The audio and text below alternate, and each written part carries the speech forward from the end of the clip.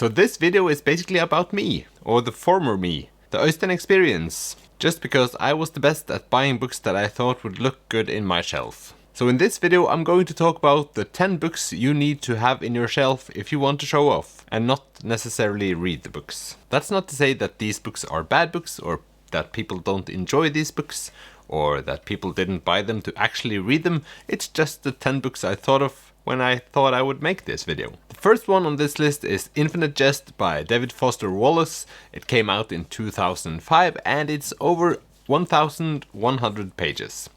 And apparently it's also supposed to be Jo Nesbø's favorite book, if that tells you anything at all. The name Infinite Jest comes from the play Hamlet by Shakespeare, and just that fact makes it feel a bit pretentious to me. It's said to be a mind-altering book about the pursuit of happiness in America, and the only thing I know about it is that it's supposed to be very, very hard to read and hard to understand. That's why I think many people just have it standing in their shelf, because they look very intellectual. And of course many people have read the book, but I think many people haven't. Number 2 on this list is a book I've actually read, but I sort of regret it, and that's The Republic by Plato.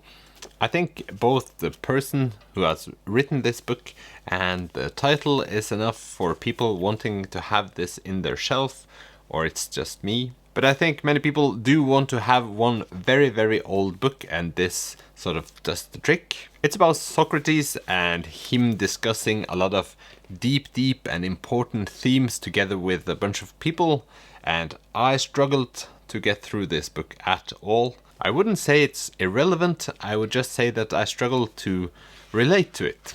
But for anyone studying politics or government or social sciences, I think this book is on many of those reading lists, so a bunch of people would have read this book and would have bought it at least. This book fills up a lot of criteria for a book you want to have in your shelf. Then there is a book I bought because I've heard the title, it looked gigantic, and I thought this would look so good in my shelf, and people will come up and ask me, have you read it? And I will say, not yet. And that is War and Peace by Tolstoy. And after what I know, the first book seems to basically be just names and setting the scene for the rest of the tale, or at least that's what people around me tell me. But I haven't read this yet. I'm sort of afraid of all the names and the slowness of it. But I feel like just the title War and Peace sounds so intellectual.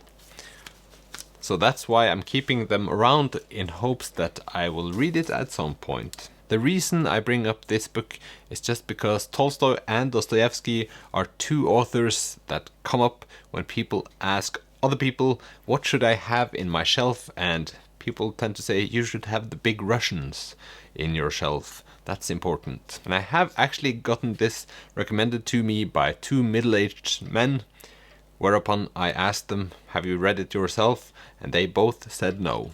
So that's kind of fun. And it sort of underlines the point of this video, if there is any. So this I feel have a well-deserved place on this list.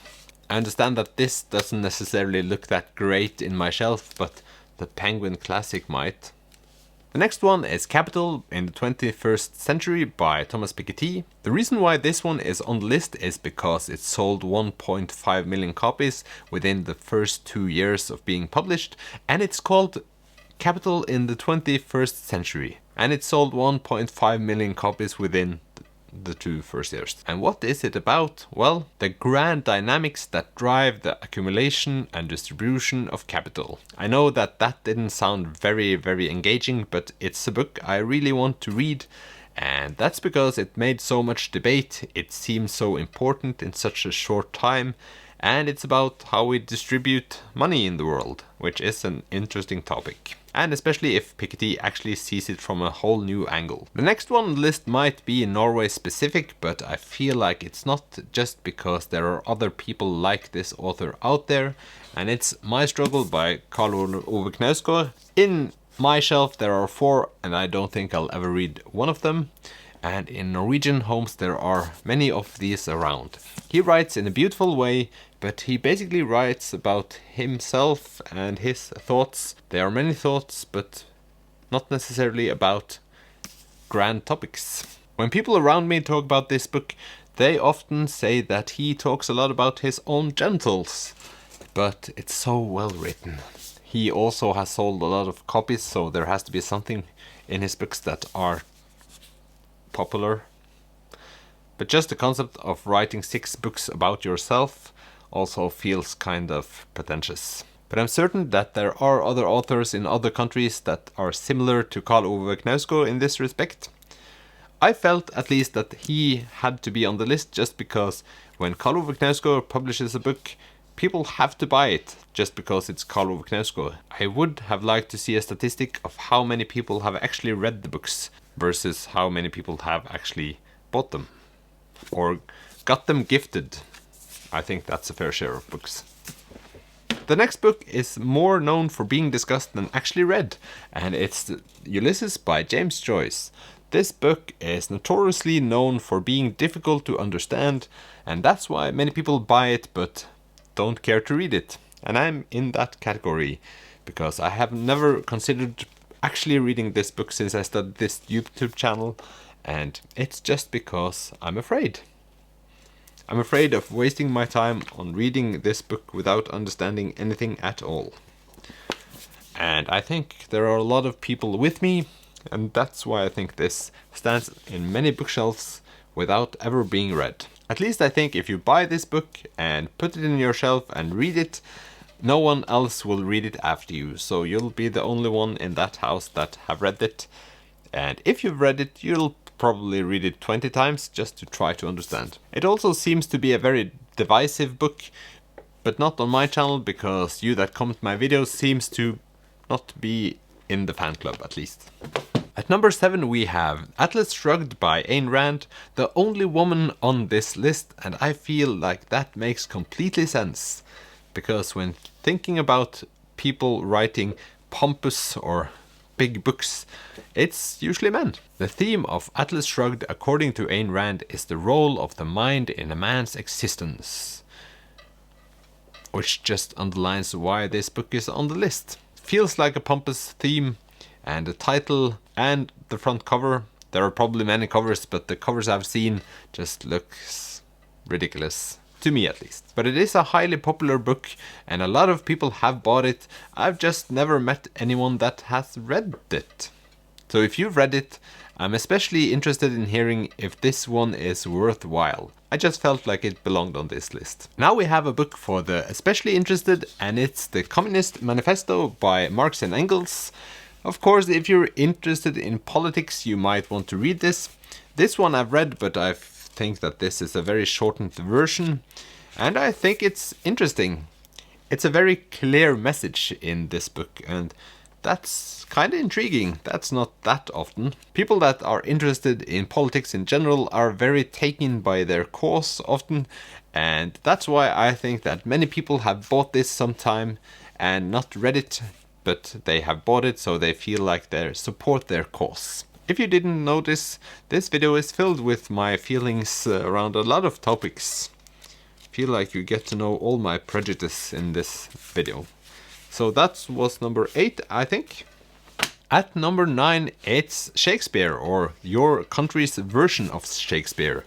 Because I feel like every country has this one poet that you need to understand the references of. And you need to have at least one of his books or works in your shelf just to feel more intellectual. With poetry in general, I haven't gotten around to actually engage in it because I'm too restless, or that's what I'm blaming it all on. But if you have read Shakespeare, you'll get a lot of references, and just the fact that the number 1 book on this list today was a reference to Hamlet says a lot. It's supposed to be something that everyone knows, and if you don't, you feel kind of left out. But people that want to show off their collection of books certainly at least need one poetry book. And why not go for Shakespeare comedies? The only bad thing about this is that it's small. It's harder to show off smaller books than bigger books, I guess. And following the trail of books that you get the most references from, it's the obvious choice for the last book on this list, and it's the Bible, or other holy scriptures. I couldn't find the Bible today, but I feel like it exists here somewhere. Well, that was an analogy for you. The Bible is a book I would really like to read someday, just because of all the referencing. Getting the points made in books that you wouldn't necessarily have gotten otherwise would feel great. And I think the Bible may be the book you can read and get most references from, just because so many things are based on it. But the reason why this book is on the list is obviously because everyone I know in Norway has gotten a Bible or two in their lifetime, and I can't say that I know more than 5 people who have read that book, and those have read it either because they have their faith or because they're interested in the references or actually knowing what the stories are about. But I don't feel there's a lot of people bragging about having it in their shelf, but there's certainly enough people having it in their shelf without having read it. One day I'm going to read the Bible and be that smart person who always knows the Bible quotes. I think that would have felt good, but I do not know yet. But these were the 10 books. I know that many of you will disagree with me on some of these books, so please comment below if you do, and please give me the books that you feel belong on this list. Thank you for watching this video. I hope you have a great day, and I'll see you in the next one. Bye!